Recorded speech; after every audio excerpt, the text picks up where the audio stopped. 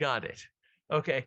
Very impressive using neural networks to analyze images. It is the future of astronomy. It's what Palomar is doing with the ZTF, and that they saw that supernova, and they've detected about almost 6,000 so far since it went into operation in 2018. But so I will turn it over to this young man for his presentation, if I can. There we are. So you have the floor. When you hear this young man give a presentation, you realize he's going to make a lot of money. Good evening.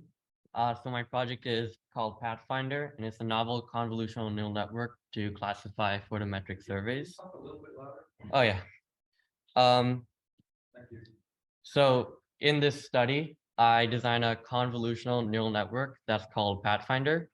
And what it does is basically classify photometric surveys by grabbing the HR diagrams. So the primary objective is to classify objects into various categories using HR diagrams. So current technologies are basically SIMBAD, and SIMBAD is just an extensive database that we cross-reference surveys with. And whatever isn't on SIMBAD and is new, we can add it to SIMBAD, so that way we're just building a catalog over time of what we know. This is limited because cross-referencing databases, it can be outdated and inaccurate in some respects.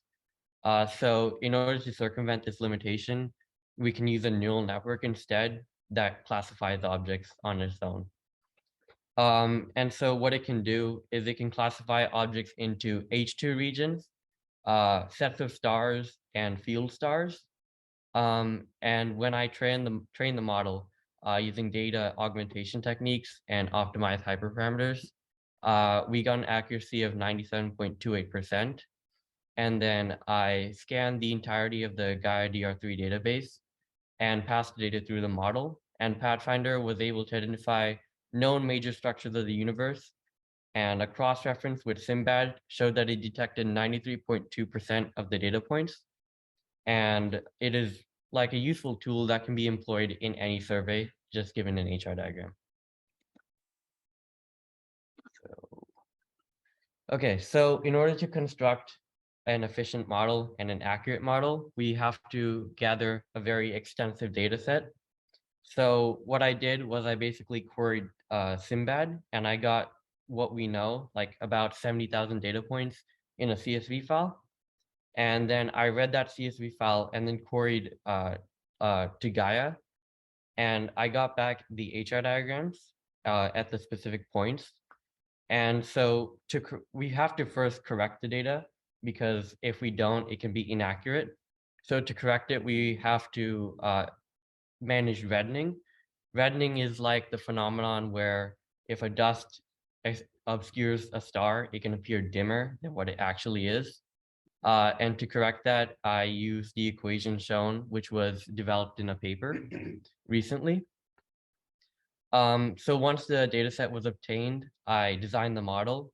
So what CNNs are is basically just a bunch of image processing algorithms stacked together to get to the output. So if you tell the model you have an input and you give it a way to get to the output, it's going to figure out how to get to that output that you want it to. So we have to figure out the hyperparameters for that. And there's a lot of them, but the ones that I found that work best was to define a learning rate defined as an exponential decay function. And that's given on the screen there. And to increase diversity and reduce overfitting in the training data set, I implemented data augmentation techniques. Data augmentation is basically adding new stuff to the data. So the model will not memorize the data set. It's instead going to adapt and figure out a pattern. To do this, I equalized the images, and then I added Gaussian noise, and that's done by that equation there. And so that's the architecture. As I mentioned, we have the input layer and we have the output layer. So the input layer is going to be of size 256 by 256, which represents the image size. which is the HR diagrams. So it's passed through the model and is applied a convolutional layer and a max pooling layer. So what a convolutional layer does is if you drop a 3x3 kernel on an image and then you average the values in that kernel and you get back the pixel, but you do that for the entire image, you're basically blurring it and downsizing it. So if you keep doing that, you're eventually going to get back to your output, and the output is going to be 3 neurons, which is our classes, the interstellar medium, H2 regions, and sets of stars. And so this is the training and validation accuracy graph. As you can see, it peaks at 97.28%. And you can see that the validation is actually higher than the training. The reason for this is because I use what's called a dropout layer. A dropout layer basically randomly disables neurons during training and then reactivates them during validation. This is to prevent overfitting, because when I originally trained this model, there was so much data that the model overfit, which means that it basically memorized the data set instead of fitting to a general kind of data that it should focus on. So when I scanned through the Gaia DR3 database and I told it to map every single classification to a color. So yellow here, it's sets of stars, purple is the interstellar medium, and green is field stars. By mapping it through, I was able to identify the Milky Way, the Large and the Small Magellanic Cloud. And on top of that, when I cross-referenced it with Simbad, I was able to find 93.2% of what Simbad had already cataloged, at least for star cluster wise. And then it also identified a couple new objects that could be worth investigating more. So there are some limitations to this. It involves that I try to classify the universe into 3 categories, which is not possible. The reason I did this is because we actually don't have the data that is required to train a model on all the classes. So like supernova, there's only a couple of them. Planetary nebulae, there's only a couple of them too. So if I try to train the model on that, it's like giving a model a bunch of images of a dog and then giving it 1 image of a cat and expecting it to figure out the difference between those two. So I instead combine the classes and merge them. But we can get past this if we, with the new upcoming surveys, the model can be applied and then it can also take new images and retrain itself on that data. And eventually we can build an extensive model that is able to classify almost any object that is given. So in conclusion, Pathfinder is a highly effective tool for accurately classifying astronomical objects based on their HR diagrams. As I said, it peaked at an accuracy of 97.28%. It can be used to on applications on other surveys, such as the Vera Rubin LSST, which is coming out soon, I think. It can also give astronomers more on what is given. So if you tell it to map out just like a small part of sky, it can do that for you. And it can also tell you the structure and the shape of the new objects that you found, where it can tell you what class it belongs to so you can study it more. For example, H2 regions, they require special filters to actually see them, like hydrogen alpha. Just doing that, it can also be utilized for just classifying objects. Are there any questions that I can answer? Artificial intelligence seems to be the big thing this last week, taking over, being able to do medical scans and other types of scans. Does that have any relationship with what your program does? So yeah, the medical scans that they're doing, there's actually an AI that is able to read your mind, basically. It can figure out what images, what video you're watching. So based on an MRI scan, it can figure out, it can reconstruct the video that you're watching in that moment. This is a convolutional neural network, so it takes an image and it classifies the object. This has been done for many applications in medical, like identifying brain tumors for one application,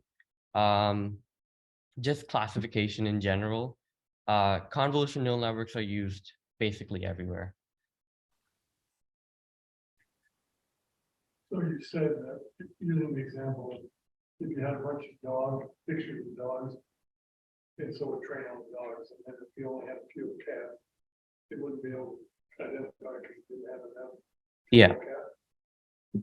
But could it say that, okay, the cat is not a dog, or would it just say the cat is a weird dog? What it would do, you're close. So if it was given an image of a cat, what it would do is say, let's just say that what it does is it tries to classify the objects based on its accuracy. So it's like, I'm 100% confident this is a dog, and I'm 100% confident this is a cat. But what it's going to do in that case is going to be, I'm 50% confident it's a dog, and I'm 50% confident it's a cat. So it doesn't know what to pick in that case. So it's basically random. If it just decides that 50.1% is a cat, it'll pick the cat. If it's 50.1%, it's a dog, it'll pick the dog. But if it had more cats to learn from, the accuracy would be better. It would get better because it has more training data, yeah.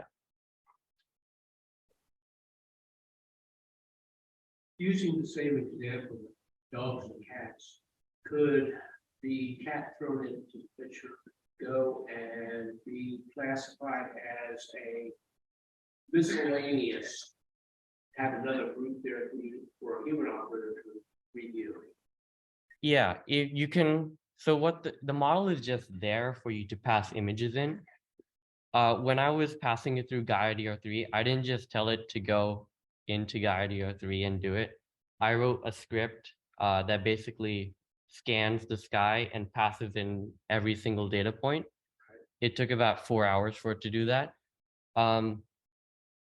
So what you can do is you can flag it. If it's saying that it's 50-50, you can flag it right there, and you can pass it into like a folder for you to review that image. Exactly, okay. Miscellaneous group. Yeah. Okay, I've got a question. This is essentially what ZTF does, but they do it sequentially. So they take an image from Palomar, they data link it back up to the IPAC at Caltech, and they do a classification because they're looking for hits, supernovas, and other things that go bump in the night, and trying to, down select from airplanes and any kind of garbage you see. But so Python is fast enough to do it at that kind of rate. But you've thrown a big database into it. As we go in, I know there's a compiled version of Python they're working on called Mojo. Yeah. Is that where we're going with, or are we going to abandon the Python platform itself and go with something totally different? So the programming language that you mentioned, it is what you should be using in the future.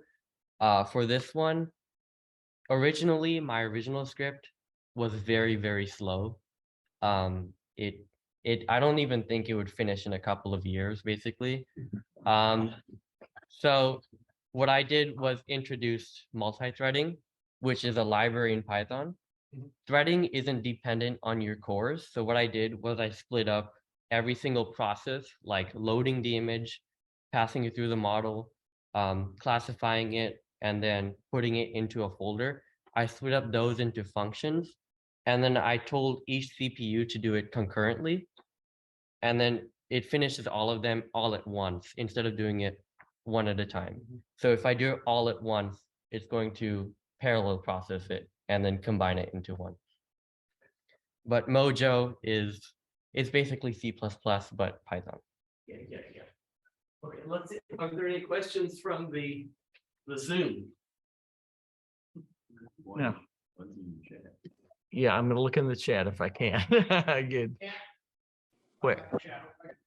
Okay, you got the chat window. Here's the chat. I think we got one question. That just means I'm Any questions? I Any have a questions? question. I have a question. This A is question. Peter Lee. Yes, this is Peter Lee. Can you hear me? We hear you. Okay, great. So you talk about Mojo. Are you also using Python as a basic version of Python? If that's so, what version of Python are you using? He asked what version of Python you're using for your work. I used Python 3.9, not Mojo, because it doesn't have the support for the libraries yet. It's still in development. I don't even think I could grab it right now. But Python 3.9 was my version that I was using.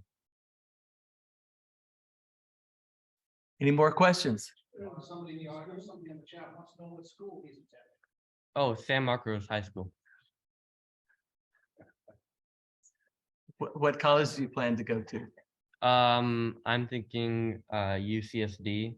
I'm mainly biased because I've been to their campus and I really liked it there. And they also have a good computer science program, and I have a friend attending there. But I'm open to colleges like Carnegie Mellon for computer science as well. Yeah, that's a good choice too. I'm sure the parents would like to have you in San Diego if they could. So why did you pick this particular strong application out of all the applications? I'm interested in astronomy a lot as well.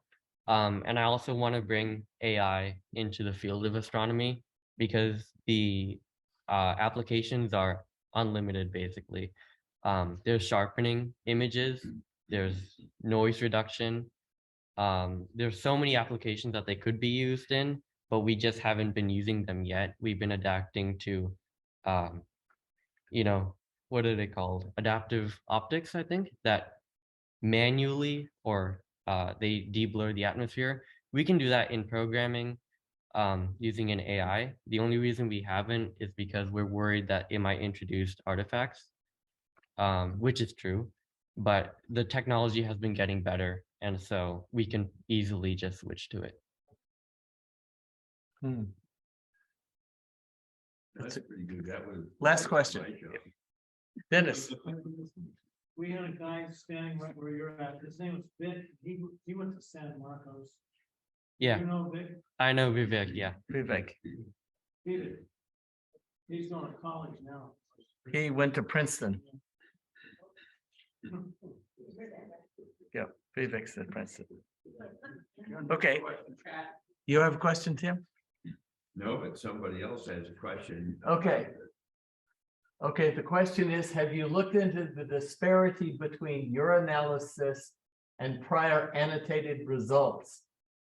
Are there any core types in 2.8% differences? I'm not sure what the question means. Have you looked into the disparity between your analysis and prior annotated? So in other words, have you compared your results with other published? Oh, I think. I compared. Oh, so you mean like other published classification algorithms? Well, I did a comparison with Simbad because I couldn't find anything that did a entire search on GaiaDR3 using the 3 classes that I mentioned. There are a couple. I believe there is one from a university in London that classified sets of stars or star clusters, and it identified them. But that was as much as I could find on it. Well, this is an impressive piece of work. Thank you so much, and congratulations for being our highest award winner. Thank you. Okay. Yeah, let me shut down the computer before I take your memory stick out. Let me try to. Okay, I'm back here. Am I back here? I'm not. I'm back here, but I'm not sharing this. I'm sharing it. I'm sharing. Okay. Okay. Okay. So Tim Thompson. You know, I don't know who in this set of pictures is more famous. Okay, I don't know who's more famous, Tim Thompson or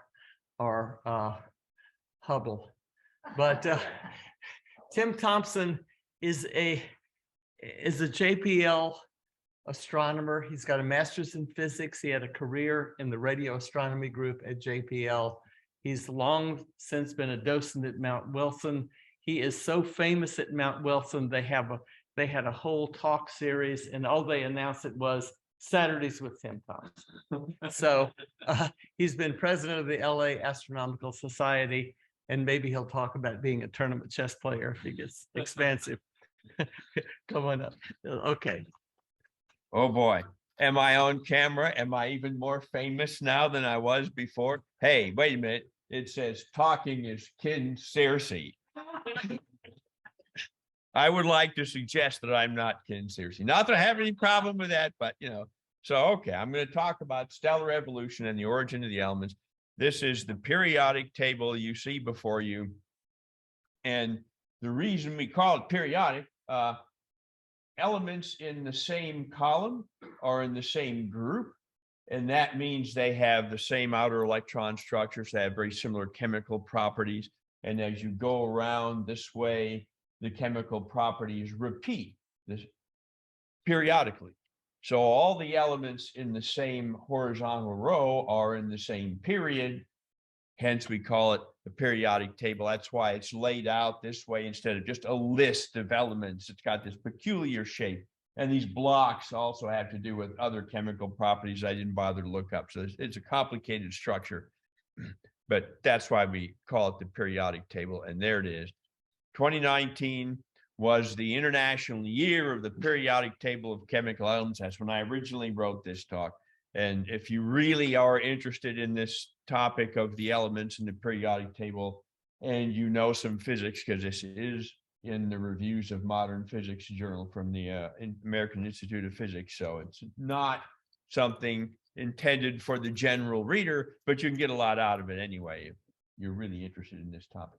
And they point out at the time that a whole bunch of new elements were added to the periodic table just in the decade prior.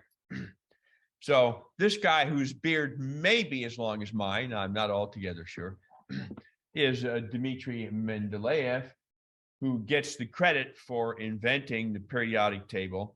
This is his published version in Russian from 1869. Remember that the groups were in a column in the periodic table I showed you a minute ago. Now the groups are in rows and the periods are in the vertical column, but he has it arranged the same way by chemical properties. And then he predicted some chemical properties of some elements that there were empty spots at the time. He's the one who gets the credit for doing it, but there were a bunch of other people, a Frenchman named Deschamps-Courtois, who first noticed a kind of periodicity. He called it octaves. And Julius Lothar Meyer published a similar table to this, but smaller in 1864. But Mendeleev is the one who he published the biggest one at the time, I guess. So he's the one who gets the lion's share of the credit for doing it.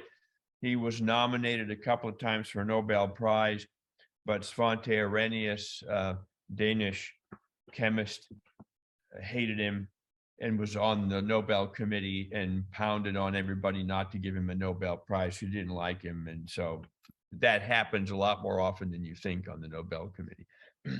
So here is a periodic table that shows you basically when were these elements discovered.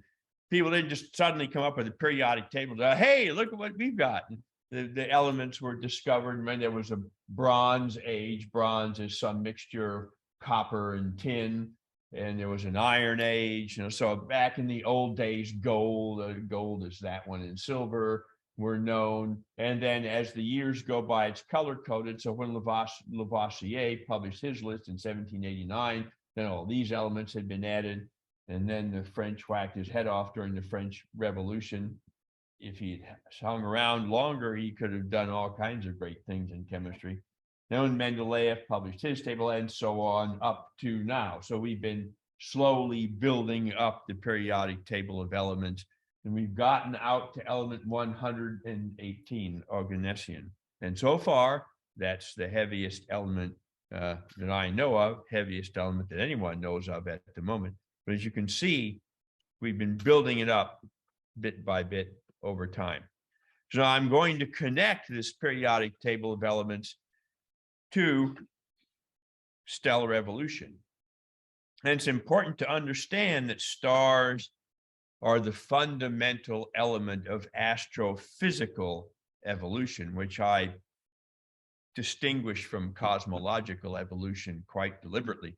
So the universe evolves in time for two reasons. One is the expansion of space-time, that's what I call cosmological evolution. I'm not going to talk about that. The other is the galaxies in the universe that are riding along with the space-time. They evolve with time. And the reason they evolve with time is the chemical and physical evolution of the stars in them that turn gas into stars, create dust, change the nature of the galaxy. And so it's the stars, the evolution of the stars, that dominates the evolution of the universe outside of the expansion of space-time. And stars evolve because of the laws of basically nuclear physics, nuclear fusion, and nucleosynthesis of the elements. And the evolution of the stars with respect to nuclei and subnuclear particles is an intimate connection between that and the evolution of the universe. So it goes all the way from protons and neutrons to the great universe at large, and the laws of physics working away to cause it to evolve. You will notice during the course of the talk that I am going to bring up a few big deals. Everybody forgets most of what they hear in any talk, and by the time you get home tonight, you're going to forget 90% of what I said. It's just going to happen. It always does. Don't worry about it. But the big deals are things you should not forget. So select your memory to remember the big deals. And this is the first big deal. Astronomy is the ultimate remote sensing science. And just about any other science you can think of, you can go out into the wild and watch the animals interact. You can go to a laboratory and whack things and pound them and do experiments with them. But with astronomy, you can't do that. All you get is the light. All you can do is stand there and stare at the sky, and that's all you get. So you got to make the most of every opportunity that you get staring at the sky. So remember that. That's big deal number one. So stars, they have brightness and color, and you can see it in this Hubble Space Telescope image. There's a blue star, there's a red star. I know it looks orange, but they're red stars. And they're bright stars, they're dim stars, dimmer stars. Generally speaking, the really dim stars, of which there are a lot in this image, are farther away, and that's why they're dim. But you don't know that if you look at any one particular dot. Is it dim because it's far away, or is it dim because this is dim? And you need to know the difference. But you can measure color and brightness, and if you know the distance, then you know everything. So the color of the star is determined by its temperature. And so here you can see that with stars, the sequence of color and temperature is exactly the opposite of what you learned as a kid. Red is a hot color, blue is a cold color. In astronomy, you throw that out. Blue is a hot color, red is a cold color. So the blue O and B stars, very high temperature, and the M stars, very low temperature. The temperature defines not only the color that you see, which does not exist in nature. I will remind you that color, like blue, yellow, exists only in your mind. It's how you have interpreted an electromagnetic wavelength. The physical thing is an electromagnetic wavelength. The sky is not blue, it just looks blue. Blue is not a property of the sky, it's a property of your eyeball and brain. So remember that. So when somebody asks you, why is the sky blue? Kids do that all the time. It's not blue. And then explain to them why the sky is not actually blue. So the temperature defines both color and brightness per unit surface area. You got to remember that. It's the brightness per unit surface area. So if you look at something like this that you know is nearby, it's red, and it's really dim, it's probably small. But if you see something that's red, which you know is low temperature and therefore low surface brightness per unit area, and it's really bright, then it must be really big. So you can use this knowledge to tell the difference, for instance, between red dwarf and red giant stars, which is exactly what was done at Mount Wilson Observatory by Walter Adams, who discovered the difference between red dwarf and red giant stars in exactly that way. So here is the HR diagram. My predecessor at the podium was looking at HR diagrams. Here's a real HR diagram. There are 23,000 dots on this plot. I'm not going to leave it up on the screen long enough for you to count them all unless you're incredibly fast at it. But this is just a random field of stars, the 23,000 nearby stars. Now remember, I said that color's not in nature, it's only in your eyeball. So we're looking at the Johnson B and V filters, 0.442 microns and 0.54 microns. And this is the B minus V color along the bottom axis. That means you take the B magnitude and you subtract the V magnitude. And remember that astronomers do it backwards. The big number is dim and the little number is bright. In every other field of science, the little number is dim, the big number is bright, not in astronomy. So if it's a positive number, this number is bigger than that number, which means B is dimmer than V, which means the object is red. So the more positive the number, the more red the object. It's color coded, see red, yellow, blue. And the more negative the number, the more blue the object. And here you have 23,000 dots from stars selected at random, and the distribution on this plot is extremely not random. Now, you might normally think naively, well, why can't a star have any color and brightness that it wants to have? Well, it can't. And that's because of the laws of physics won't allow it. Remember, I was just talking about the color depends on the temperature, the brightness depends on the temperature. So you cannot, in fact, have any star with these parameters. They don't exist. It's physically impossible. You will look in the sky and see one, and because you know it's impossible, then something's fooling you. And so if you see a star here, it's a binary. If you have a main sequence star with a white dwarf companion, it will have a dot right here. But it's actually two stars, not one. So you're being fooled. Even astronomers can be fooled. So, big deal number two. Stellar evolution is what explains this non-random distribution. But the problem with understanding it is that all of these stars were formed at different times, they're different ages. To compare one dot to another dot doesn't really work too well. So what you really want is an HR diagram for a bunch of stars, which you may have selected using our young man's software because it selects bunches of stars, right? Like globular clusters. So this is the HR diagram for two globular clusters, M3 and M13. Globular clusters, we assume, all formed together. So the stars in a globular cluster were all born at essentially the same time. They're 12 to 13 billion years old. So if their ages are spread out by 1 million years or something, nobody's going to notice. That's not a big deal. So now you see, if we go back to this diagram, this thing here, where most of the stars are, is called the main sequence.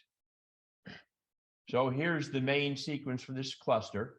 So what happens is when the cluster forms, all of the stars are main sequence stars. You have one curve like this, and that's all you get. But the heavier stars up at the top, they evolve faster. They run out of nuclear fuel faster. They blow up into red giant stars faster. And so when you see something like this, the main sequence, now here's a turnoff. Here's brightness, and looks like an absolute magnitude. There's a turnoff where subgiant stars are, and then these are red giant stars. And the farther up you go, the more massive and larger the star. So the faster they have evolved over this way, and that's why the red giant branch curves up this way.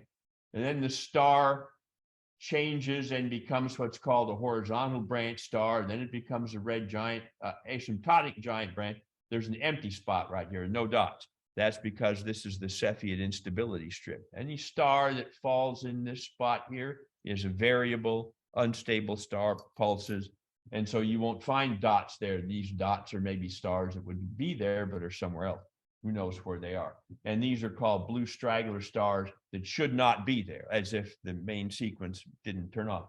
These are stars that crashed into each other, rejuvenated themselves. So Alan Sandage is the one who discovered the main sequence stars in M3 in 1951 using the 100-inch telescope at Mount Wilson, and Harlow Shapley discovered the red giant branch of M13 in 1916. So people have been putting together these things ages and ages. So if you had a single star, you could look at it and put a dot for it, and then wait around a while, let it evolve, and then make another dot for it. It would be up here. And make another dot would be over here. And then make a dot would be here. And the dot would be here. And then later on, the dot would be here. And then you could play connect the dots, and you could draw a curve through the HR diagram that represents the evolution of an individual star. Like, for instance, the sun. So the sun starts out as a T-Tauri phase variable star. And I will simply point out of a slight bias that T-Tauri variable stars were first discovered and classified at Mount Wilson Observatory by Arthur Joy. I know I'm in Palomar country and this is a little dangerous, but I have to I have to hold up the honor of my own observatory, right? Okay. So at the age of 10 million years, the sun was dimmer and cooler than it is now. It's called the faint young sun paradox. Why was the ancient Earth hot if the sun was cool? There's a lot of atmospheric dynamics and stuff going on. Slowly but surely, the sun has been brightening and getting hotter. So now it sits at 4.5 billion years. When the sun becomes 12 billion years old, we will be long gone because it will be nearly 100 times brighter than it is now. You've been out in the sunlight during the summer. Double that is bad enough. 10 times that's probably not survival, and 100 times that is, so that's not going to work.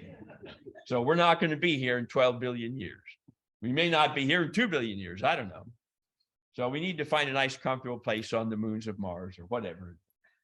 It'll be a little bit better out there. So the sun, the dot for the sun, as you watch it change with time, moves up. It becomes a red giant branch. We start fusing helium into carbon very suddenly up here, and then it becomes a horizontal giant branch star like you saw in the globular cluster. Then it becomes an asymptotic giant branch star, then becomes a planetary nebula. Our own sun will not blow up as a supernova. It would be fun if it did, be one last bang, but not going to happen. Sun will become a planetary nebula and then become a white dwarf, and just sit there and take billions and billions and billions of years to cool off. And you can see the time scale here speeds up. So if you're a horizontal branch star at 12.3 billion years, it's only a few 100 million years and you're a planetary nebula. In a few thousand years, you're a white dwarf. Planetary nebula only hang around for 10, 20,000 years. So these phases of stellar evolution are pretty fast. But this is what you can expect the sun to do, more or less, assuming we know how to model stars and make them age. And we probably do for the most part. There's bound to be something we don't know, but don't worry about that because you won't be here to see the end of the story. Or if you are, that's fantastic. And if you are in 12 billion years and you can remember this talk, that's even better. So here is a periodic table of elements. It's arranged in the same way, but it doesn't show you what the periodic table normally shows you. It shows you that each individual element, if you heat it up, emits its very own specific spectrum for that element. And these are the heavy elements that are unstable and don't last long enough. You can't observe their spectrum because they just vanish instantly when you create them. And so each element has its own emission line And absorption in stellar spectra is just emission in reverse. The wavelengths are precisely the same. So you can use a spectrum like this to tell you what the star is made out of. You just have to be a little bit careful, because if you jump up and down and yell and scream and say, I have discovered molecular oxygen on the sun, somebody might not believe you for good reason. It's Earth's atmosphere you're at the bottom of, so you're seeing absorption from the sun's photosphere and the Earth's atmosphere. You have to be intelligent enough to get rid of the Earth. And sure enough, the sodium lines are from the sun. There's a hydrogen beta line, hydrogen alpha line. This is basically on top of photographic spectrum, which is what they used to do back in the old days at Palomar, at Mount Wilson. Ever you put a glass plate on, take pictures, and you get a picture of a spectrum like this. With modern instruments, it's all digital. You get a curve that looks like this. Or of course, you could run a densitometer across this thing and realize this isn't just a black line, but there is some shape, some structure to these lines. So if you count the lines, you can tell what elements you have. It takes a little work because they're all superimposed on top of each other, but you can do it. By looking at the individual lines, you can suss out the temperature, the pressure, the Doppler velocity, just by looking at where the line is. If it's H alpha and you find it over here, well, then it's moving away from you because it's redshifted. And if it's over here, it's moving towards you because it's blue shifted. So a whole lot of stuff you can get out of this, including magnetic fields from Zeeman splitting. Remember that light is the fundamental observational property of stars, and spectroscopy is the fundamental tool for doing astrophysics. You must be able to do spectroscopy or you don't do astrophysics.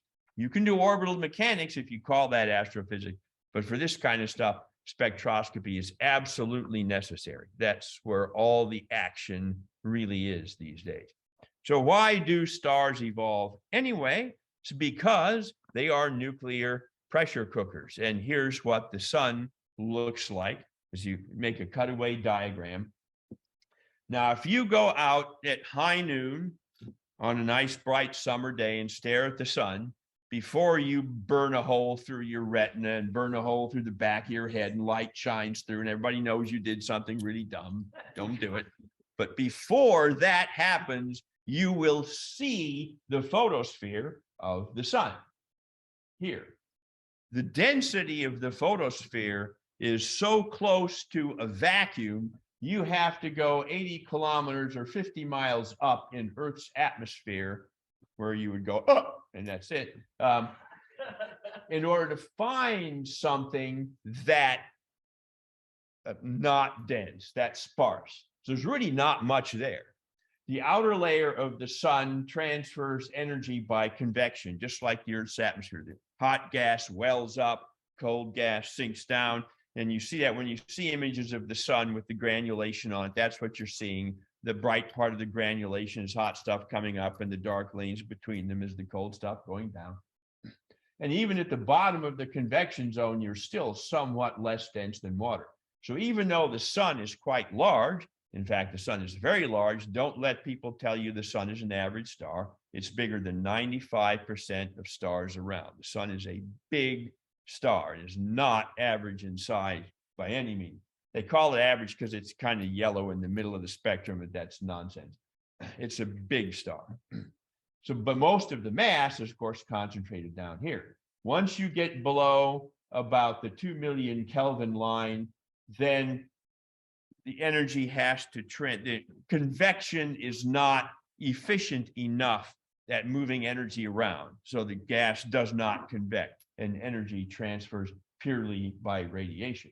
This is one of the kind of things that I used to do at JPL, is atmospheric radiative transfer for the Earth. How does radiative energy pound through Earth's atmosphere? It's a lot more difficult pounding through the sun.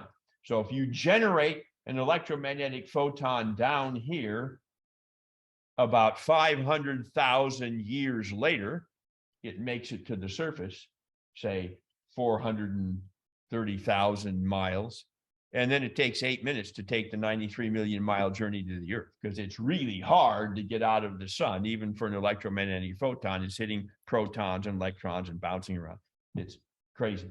Then if you go all the way down to the core temperature is 1 trillion Earth's atmospheres, which means it's 14.7 trillion pounds per square inch at 28.2 million degrees Fahrenheit. So if somebody asks you why we don't send a probe to the core of the sun, that's the answer.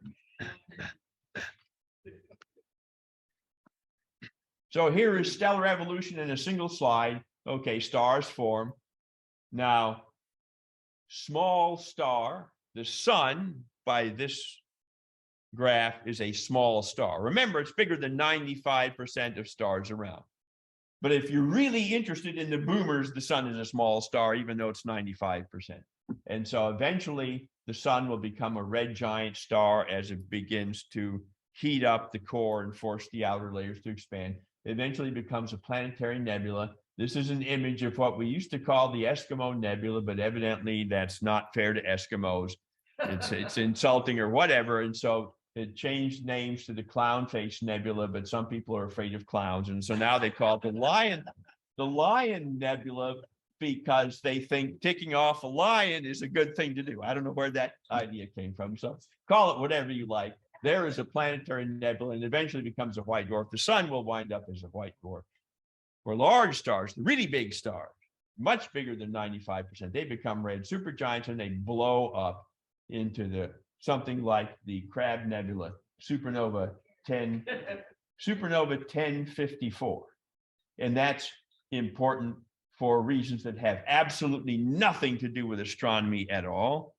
But I'll just remind you that the great schism between Eastern Orthodox and Western Orthodox Christianity happened in 1054 when this supernova went up. Just think about that. So, and then you form a neutron star, a black hole. So, boy, am I a troublemaker. So when the star goes supernova, it shows you how the temperature evolves. We're getting 100 million kelvins. It's really, really hot. The really interesting thing is the bottom diagram. So what's happening, and I'll go through all the fusion processes so you'll see, but basically what's happening is you start fusing hydrogen into helium in the core of a star, but you run out of hydrogen eventually because there's not an infinite amount of it. And now you have a core that's dominated by helium, and the region where you're fusing hydrogen into helium migrates to a shell around that core. And the ash from that shell falls down on the core, gets hotter and hotter, and eventually the helium starts fusing into carbon and oxygen.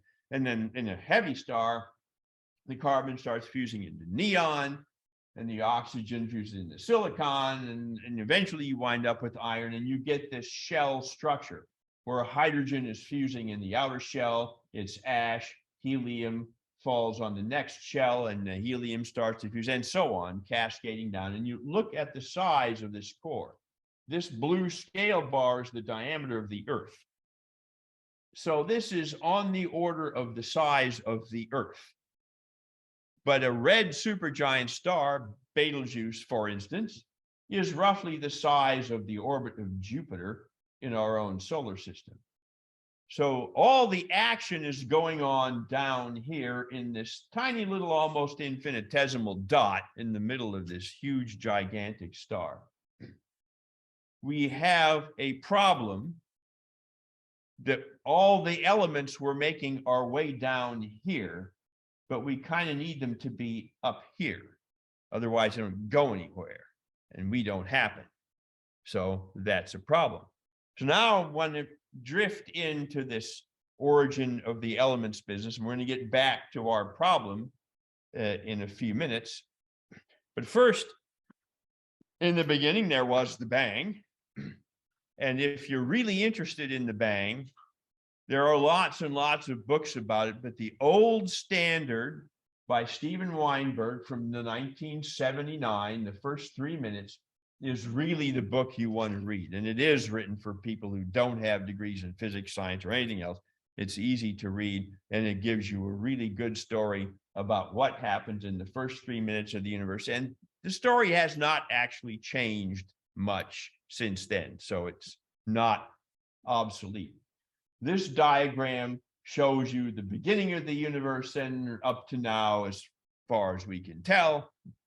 So about 1 microsecond after the bang, protons and neutrons come into existence out of the energy soup that is the incredibly early universe. And round about 100th of a second after the bang, nuclear fusion and nucleosynthesis begins. And about 3 minutes, it ends. And so during this 0.01 seconds, the first 3 minutes, we get the first adventure of elemental creation in the universe. And here's a diagram that describes Big Bang nucleosynthesis. A free neutron left to hang around by itself is unstable and will fall apart in about 15 minutes, give or take a few, into a proton and an electron. So you're going to wind up with protons one way or another. The protons that were made in the bang are the protons that are made because the free neutrons decay. Whether you bash the proton with a neutron or a proton, you're going to wind up with a deuteron, which is a proton that has a neutron stuck to it. Now you can hit that with another deuteron, you can hit it with a proton, you can hit it with another deuteron and throw away a neutron instead of a proton. There's a bunch of nuclear reactions going on that wind up giving you helium-3, which means 2 protons and 1 neutron, or helium-4, which is the vast majority of helium in the universe, is 2 protons and 2 neutrons, is helium-4. And tritium, which is radioactive and decays and goes away, so no tritium left from the bang. Lithium-7 is stable but sucks up protons like a sponge. It's gone. There's no lithium left from the bang. Well, okay, this much, not much. And beryllium, likewise, beryllium-7 is radioactive. What you're going to wind up with is hydrogen and helium, mostly helium-4, which you see here. 75% hydrogen, 25% helium-4. That's 100%, which means we don't exist. Well, okay, I'm rounding the numbers a little bit, you know, so 0.1% deuterium and helium-3. This is what you get out of the bang. Now, we're going to go to a star like the sun. And we're going to talk about proton-proton fusion. Because we got lots of protons, what are we going to do with them? So in the core of a star like the sun, this is what happens in the sun. You take a couple of protons and bash them together. You throw away one of these positive charges and you wind up. This is the deuteron that I was talking about just a minute ago. A proton, the red ball, with a neutron, the gray ball, stuck to it. You bash that with another proton, throw away some energy, and you get a helium-3 nucleus, 2 protons, that makes it helium, 1 neutron, 1, 2, 3, that makes it 3. Bash a couple of those together, and you get a couple of protons thrown away in a helium-4 nucleus in the end. This is what's called the proton-proton 1 fusion chain. I could stand here and spend the entire talk just about proton-proton fusion. There's lots of stuff going on. This is the one that's responsible for about 85% of the sun's output energy. And there's a bunch of other reactions going on. And this one, which these 2 reactions, the CNO cycle and the proton-proton fusion, were first uncovered by Hans Bethe and Critchfield in 1939. So it wasn't until 1939 people discovered that this would actually work. This is how you do nuclear physics in the star. Prior to 1939, nobody knew how it would work. And so The 240,000 years. I'm going to talk about that in my next slide. But thank you for asking. It proves that you're paying attention. So the carbon, you start with a carbon-12, bash it with a proton, it becomes nitrogen-13, which is unstable and radioactively decays to carbon-13, which is not unstable. I will point out a completely non sequitur argument. Carbon-13 was discovered in the physics laboratory at Mount Wilson Observatory when the carbon spectrum looked all screwed up. And they finally figured out it was all screwed up because there was another isotope of carbon in there. So I just thought I'd mention that.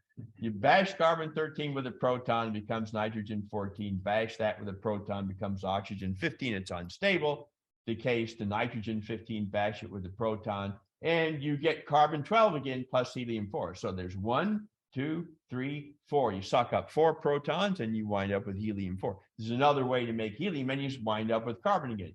But it requires very high temperatures to make it run efficiently. So it only produces about 2% of the solar energy output. It's more important in high mass stars. Now, to answer your question, we will go to big deal number 3. So the sun has a main sequence lifetime of about 10 billion years. Why?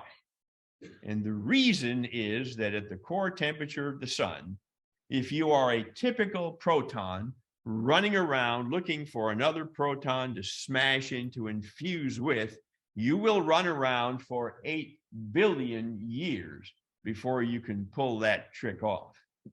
And I'll also point out that it's a quantum mechanical event. In classical physics, all nuclear fusion is absolutely impossible. It works only in quantum physics and requires quantum tunneling to get through the classical energy barrier.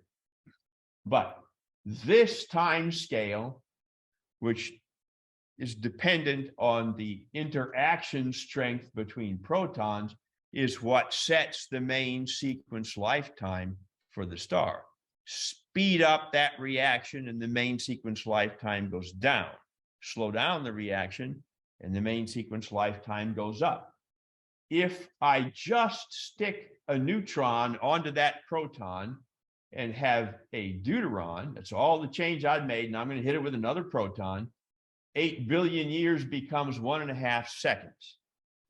That's how incredibly sensitive these reactions are to what you're bashing into. This is a ridiculous difference in time scale, and all I did was stick a neutron on there. The time scale for this reaction, is that's what you were asking about, is 240,000 years, which is 0.003% of 8 billion years. So even though 240,000 years sounds like it's long to us, the real bottleneck is the 8 billion years, and everything else is just instantaneous compared to that. And so this is the reaction that sets the main sequence lifetime for a star. But there's something else that I really want to get across that's the really big deal. And that is that everybody always says that stars are powered by nuclear reactions, and that is not correct. You should correct everybody who tells you that stars are powered by nuclear reactions, because they are not. You can't get this fusion reaction until the temperature reaches about 5 million kelvins. So the star is collapsing, and the interior of the star is getting hotter and hotter and hotter and hotter and hotter.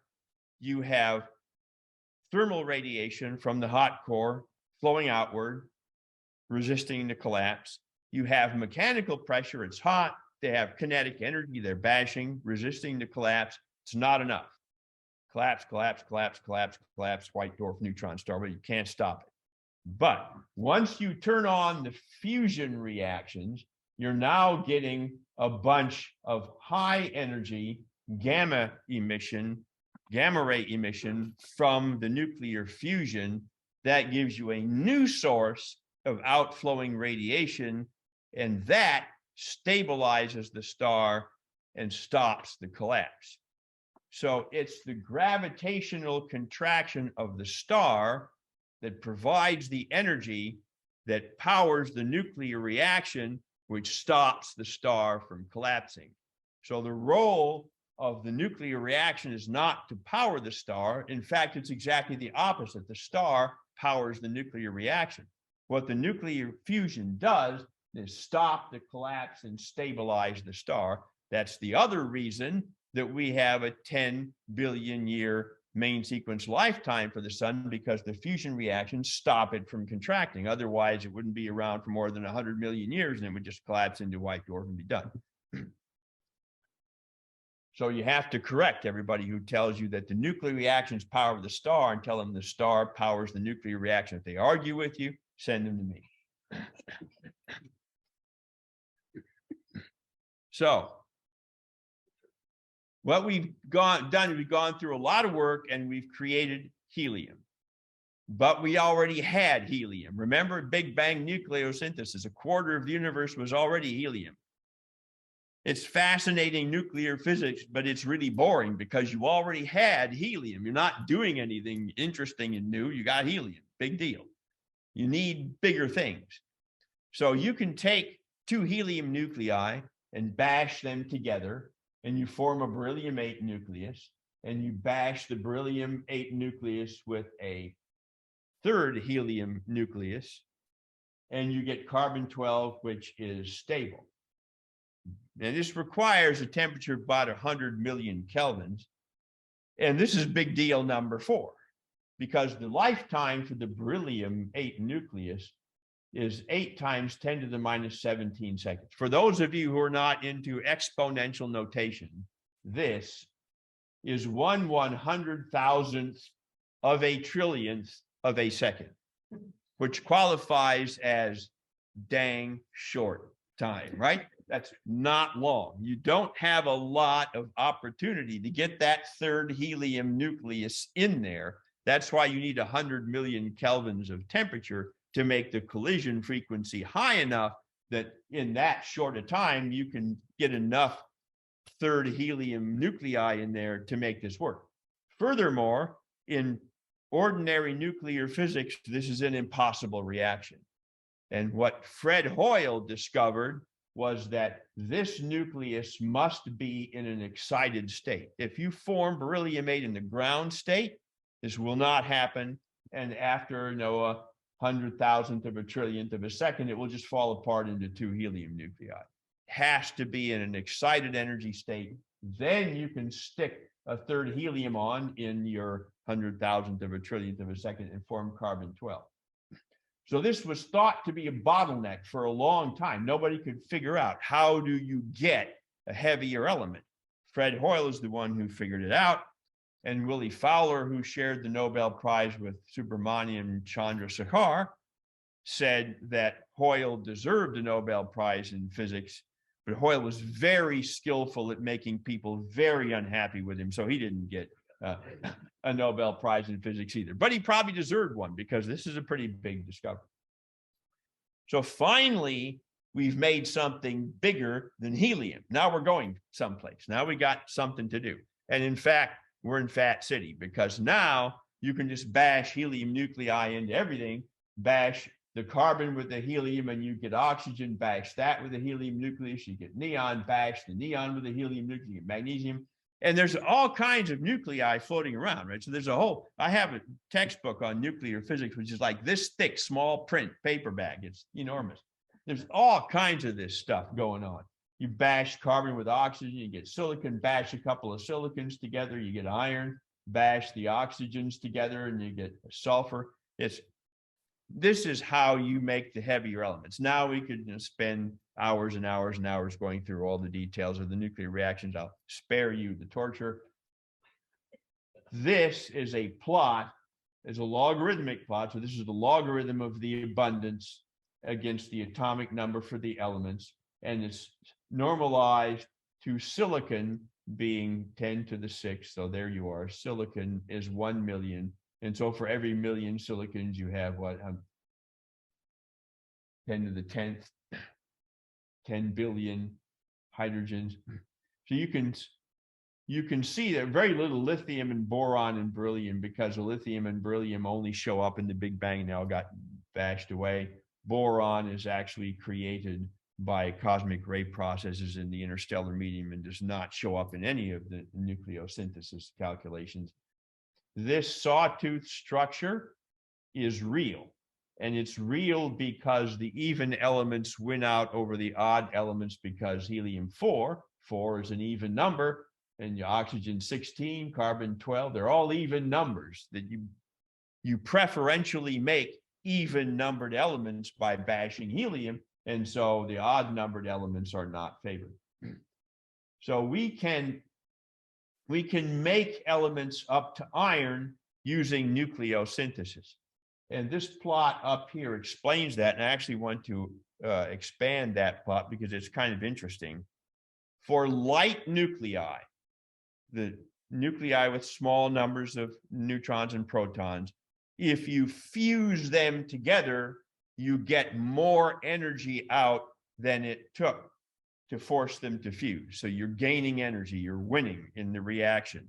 But the heavier the light element is, the less energy you get out of it until you make it to iron 56, when you get no more energy. Can't get any more energy by fusion. You're done.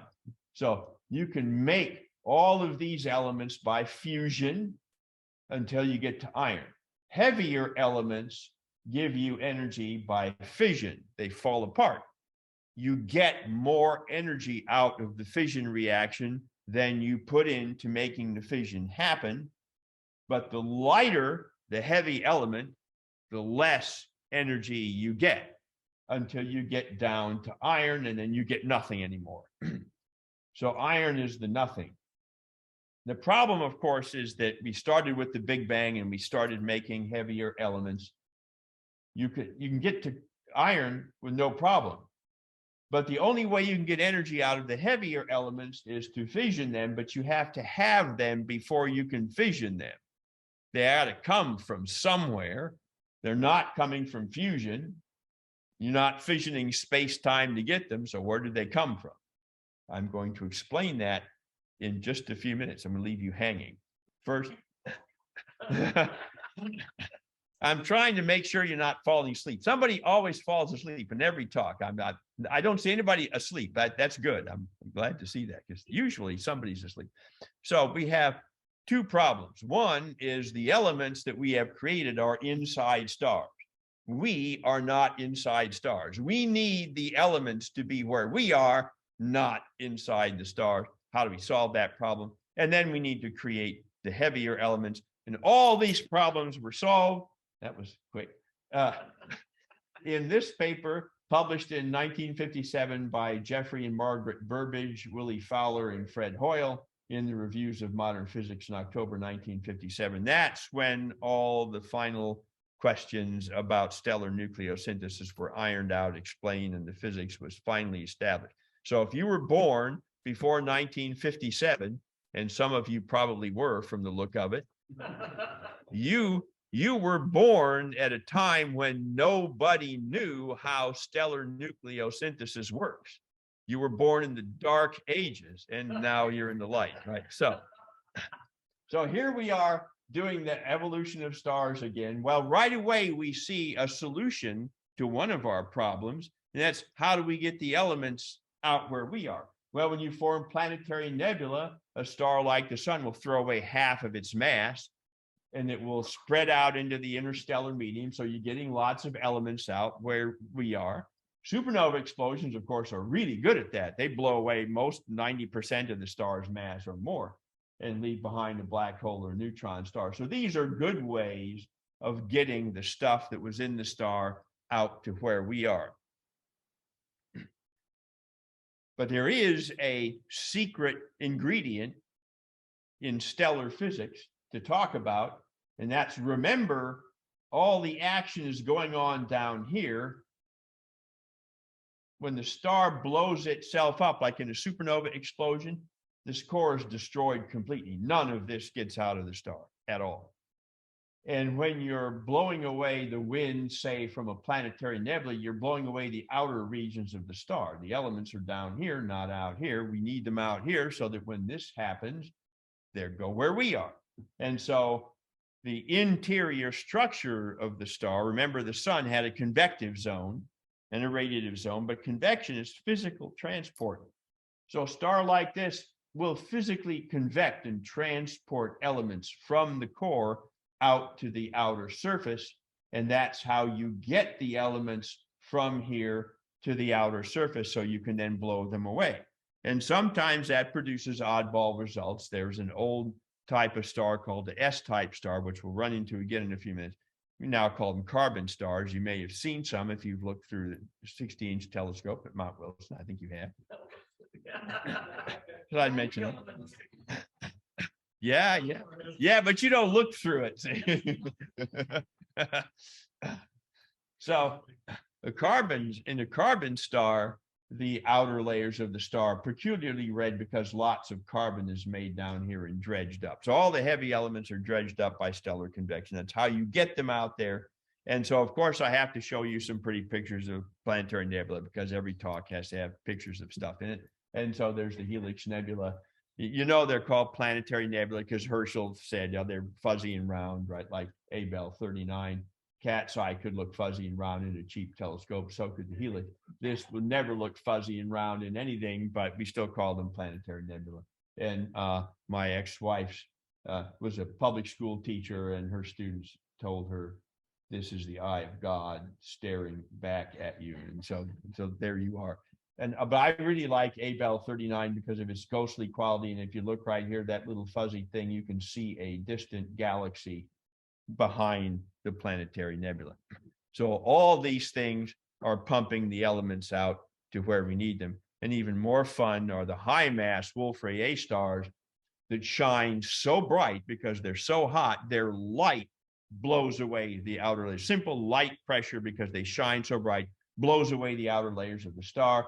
And this is M167 is what they call the nebula, WR124. Wolf-Rayet star started out with about 25 solar masses. It has blown 16 solar masses of stuff out here so far, and will blow out a few more. So it's very efficient. You get a lot of stuff out of Wolf-Rayet stars to populate the interstellar medium with all the elements we need. And of course, this is the famous Eta Carina, which in 1843, everybody thought did a supernova explosion, but it was a fake. This is a Wolf-Rayet star, probably 30 solar masses and 100 solar mass luminous blue variable. This is a ridiculously massive binary star. And the Wolf-Rayet star blew up, hiccuped, and created this expanding nebula. Because these are examples of how you get these elements out of the star. Now we need to figure out where these heavier elements come from. And the question, of course, is where do the heavier than iron elements come from? And this picture is a hint. You're supposed to look at that and figure it out for yourself. Neutron star collision back in 2017, which seems like so long ago now. The LIGO gravitational wave experiment detected a merger, the very first merger of neutron stars. And so this is time in seconds for the merger event to happen. And this is the gravitational wave frequency.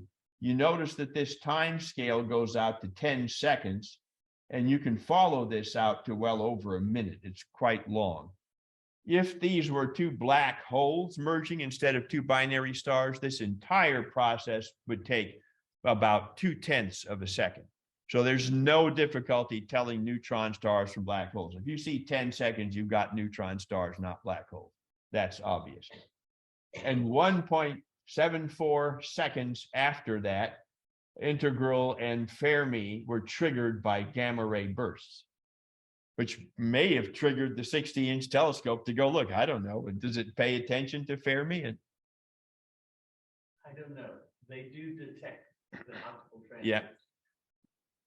So immediately it came to everybody's mind because both of these events triggered automatic telegrams to the astronomical community. So if you see two telegrams like 2 seconds apart saying, hey, look at this thing, you right away figured, did this thing cause this thing? Everybody in the world goes looking for it. And Carnegie astronomers found it using the 1 meter Swope telescope at Carnegie Observatory's Las Campanas. Here's an image of the merger and the companion galaxy. Henrietta Swope, pictured here, gave $650,000 in 1967 for a fairly large telescope in the southern hemisphere. Now we have lots of really big telescopes. Henrietta is an interesting character for two reasons. One is she became an astronomer at a time when women kind of didn't really do that so much. She came in the generation after the Harvard computers and the like, so there was a little more liberality, but still she had a little bit of a hard time. But even stranger than fiction, she was a rich astronomer. And that just never happens. Astronomers don't get rich. Her father was a big wig in the General Electric and left her a lot of money. And so she could donate $650,000. That's pretty good. So the telescope is naturally named after her. And I'm sure both Palomar and Mount Wilson have lots of things with no name on it. So talk to Ken, talk to me. We can solve that problem. Yeah. So now, how do we make these elements? We make them by neutron capture. So there are slow and rapid. So slow and rapid with respect to the radioactive decay time scale for the unstable nuclei. So if you're bashing a nucleus with neutrons, but it's very slow, so that there's time, maybe 1 to 100 years, for the heavy nuclei to radioactively decay into a slightly lighter element. Now you fill out all the available isotopes by a combination of beta decay and hitting them with neutrons. That hitting them with neutrons makes bigger nuclei and beta decay makes smaller nuclei, and you fill out the table of allowed nuclei. Problem is the really heavy nuclei have very short radioactive decay timescales, like 1/100th of a second. You can't dribble neutrons on anymore. Now you have to pile on the neutrons really fast. You've got to get hundreds of neutrons in there in 1/100th of a second in order to build up the heavier nuclei, while there's an opportunity for some of them to beta decay and become lighter nuclei. These neutron capture processes is how you build the heavier elements. You can do a little of this in supernova explosions, but you just can't do enough. But neutron stars have a mass that's kind of like the mass of the sun. And as the name neutron stars implies, they're made out of neutrons. So if you have something the mass of the sun made out of neutrons, you have a heck of a lot of neutrons hanging around. And when you bash them together, the neutron stars, now you've got a lot of neutrons, a lot of energy. You can pile those neutrons on big time and create all the heavier elements that you need. So now here's the periodic table again. Where do these things come from? Well, okay, merging neutron stars, cosmic ray fission is the beryllium, Big Bang fusion. You can find your favorite exploding massive stars. There is a lie in this plot. Right here. It says human synthesis, no stable isotopes. No stable isotopes, that's true. Human synthesis, not true.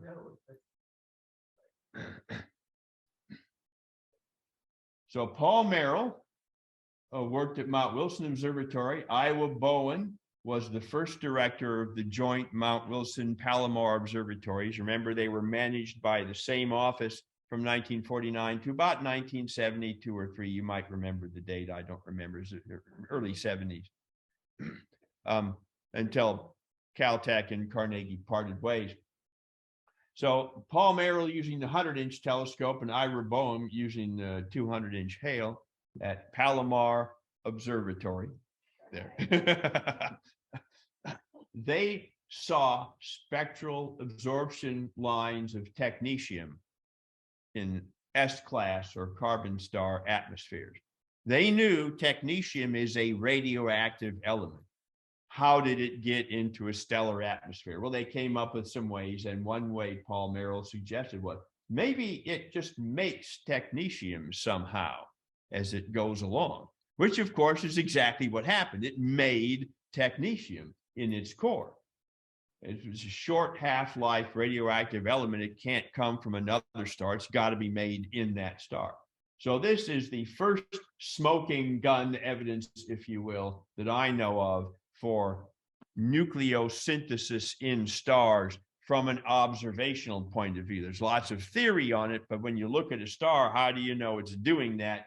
This is a clue that it's actually happening. And there they make the clue explicit. So technetium is very interesting. in that regard. Another element that's interesting, of course, is gold, because gold has been interesting to people for a long time. Since history began, at the earliest history, people were already fretting over gold. So as you can see by doing a little arithmetic, iron has 26 protons and 30 neutrons. Gold has 79 protons and 118 neutrons. And of course, the neutrons are beta decaying into protons as you pile them on to create gold. So you're really piling on a lot of neutrons to create gold. So when you smash two neutron stars together, how much gold do you get? In those two neutron stars, you wound up with 50 to 70 Earth masses of gold. And that much gold in 2017 was worth $100 octillion. That's 100,000 trillion dollars. Of course, it's 130 million light years away, and it is a sparsely distributed gas. Going there is a little tough. Getting it's a little tough. And obviously, if you dump 50 Earth masses of gold on the market in one shot, its value might not be this high. But it's worth pointing out that we can create huge amounts of gold in colliding neutron stars. Yeah. Mark Metzger was also Palomar. Oh, okay. Mark Metzger. Okay, I put his name on here. He undoubtedly come up with that. And so here is a reading list for those of you who are fascinated by this. Some of this is intended for more advanced readers, but on the Homer Lane's paper in 1870, when George Ellery Hale was 2 years old, is the very first paper, the earliest paper I know of, which describes real physics, thermodynamics, particle physics, whatever they knew in 1870 to describe what the interior structure of the sun should look like. So astrophysics was a really new science at that time. Cecilia Payne, who became famous after she married Gaposchkin, in her 1925 PhD thesis, is the one who proved that stars are made out of hydrogen and helium. Prior to her, the assumption was that stars are made out of exactly the same stuff as the Earth in exactly the same proportions, officially called a Russell mixture after Henry Norris Russell. I don't like that. I call it hot dirt because that's exactly what it is. It's a hot dirt model for stars. And the key is that people began doing laboratory spectroscopy in the 1840s. But until 1920s and the advent of quantum mechanics, nobody knew why there was a spectrum. They didn't have a clue. So they were able to do a few things like temperature and Doppler shift because they could do those in a laboratory and calibrate them and figure out how it works. But since they did not know why there was a spectrum, they did not know how to use it to figure out how much stuff there is. They saw a lot of iron lines and said there must be a lot of iron. The sun must be made of iron. The assumption early on was that the photosphere of the sun was solid carbon grains emitting, which sounds insane by modern standards. But Cecilia Payne borrowed from an Indian scientist named Meghnad Saha, who was the first to use the Bohr model of the atom to calculate ionization states. Because now we're talking about electrons and energy levels. She realized from Saha's work applied to stellar atmospheres that the reason there are lots of iron lines is that iron has a lot of electrons, and so you can knock a lot of them off and get a lot of ionization states, and that's where all the lines come from, not because there's a lot of iron, there's a lot of electrons in iron. So she's the one who figured out stars are made out of hydrogen and helium. Eddington was the first to suggest that maybe, just possibly, you might be able to use nuclear energy to power stars. He just added up the E equals MC squared for 4 hydrogen and 1 helium and said, hey, they look the same. So there's something there. And of course, Beta and Critchfield are the ones, as I pointed out before, 1938 and 1939, were the first to show how proton-proton fusion and the CNO cycle work. Chandrasekhar wrote his book in 1939, just in time to mention Beta's work. And of course, Burbage, Fowler, and Hoyle figured everything out in 1957, just in time for Martin Schwarzschild to write his book in 1958. these are all the key literary steps. There's a lot more stuff going on, but these are the big picture steps for stellar evolution and nuclear physics tied together. And I'm done. So thank you. And I'll answer questions one way or another until Ken says, get out of here. Time for a few questions. Oh, boy. My question. Yeah. Not a question, another comment. Verbiages are also use CSV. Oh, boy. They're in third flow. Yeah. And there's a wonderful Mount Wilson story, but Okay. Yeah. Used to be that supernovae were the prime least thought of the heavy elements. Mhm. Looks like in that chart, they still produce a small amount of. That's right. You know, percentage wise, 20% of 80% of. I don't know. I will guess on the order of 10%. It's about 90% merging neutron stars. Yeah, for a long time, people thought you could do it in supernova because that's the only physical mechanism they could think of. But they just finally realized it doesn't work. Had to come up with something. It's the lighter Yeah. elements. Yeah. The heavy only in neutron. Yeah. Yeah. Okay. Yes, sir. How do you know if it is all this? Science tells us that a recent article saying most of lithium is coming from Nova. Yeah, Nova, as far as I know, are usually in binary systems. And it's when you're transferring mass, like from a red giant, maybe to a white dwarf, the same kind of thing to give you type 1 supernova, or to another main sequence star. And so they're little nova, not supernova. And that you can get cataclysmic variables where they go off more than once, but usually they're one-time affairs, much lower in energy. And I suppose you could make lithium there, and if you get it out before it absorbs so many protons, like in the Big Bang synthesis, you could get a fair amount of lithium. But nova, type 1a supernova must be able to do some nucleosynthesis, but they're so energetic they just blow everything apart, like core collapse supernova do. That's it. I confounded the whole bunch of them. That was a super. Thank you. Thank you. By the way, I know for a fact he does have a Palomar Observatory hat. And I don't know if he's gonna wear it. But you don't have to. He knows it because he just gave it to me. And by the way, how many people have actually looked through the 60-inch at Palomar? How many have looked through the 60-inch at Mount Wilson? Yeah. Okay, so you're in Palomar country. Yeah. Okay, I am slowly getting back to normal. We'll never have problems. Sorry. They changed the rules. We can't get away with it. But we're gonna have a little mini drawing. Yes, sir. I have 2 items. Remember, I didn't collect any money. One is this book. That's a journal. I don't know why you'd want it, but you might be able to get it. Jason got it as a donation. He gave it to me. And the other is something that is super useful. One of our license plates. Okay. So the first ticket gets their choice. And I'll ask James, would you draw a ticket? Pick a good one. Pick a good one. Pick a red one. Okay. Pick a red one. Okay. All right. So this is, I'm having trouble with my glasses.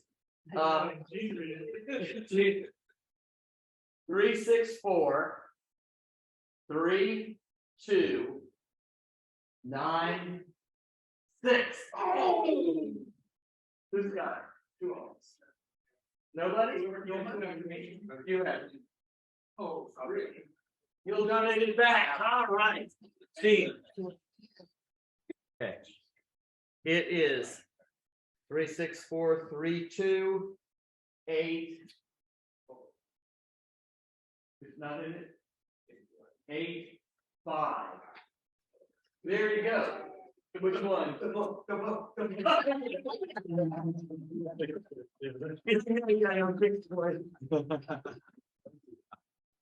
Okay, we still have a book. Look, if you know when it's tonight, you're gonna see it at the banquet.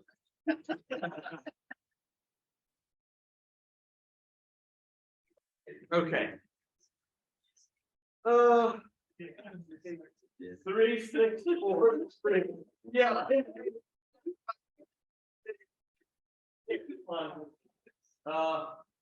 3, 6, 4, 3, 2, 9, 7. Oh my God. Congratulations.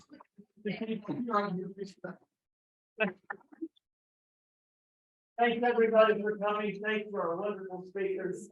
Thanks for David Woods who managed to get everything set up. And so that concludes the meeting. We'll be in person again in November.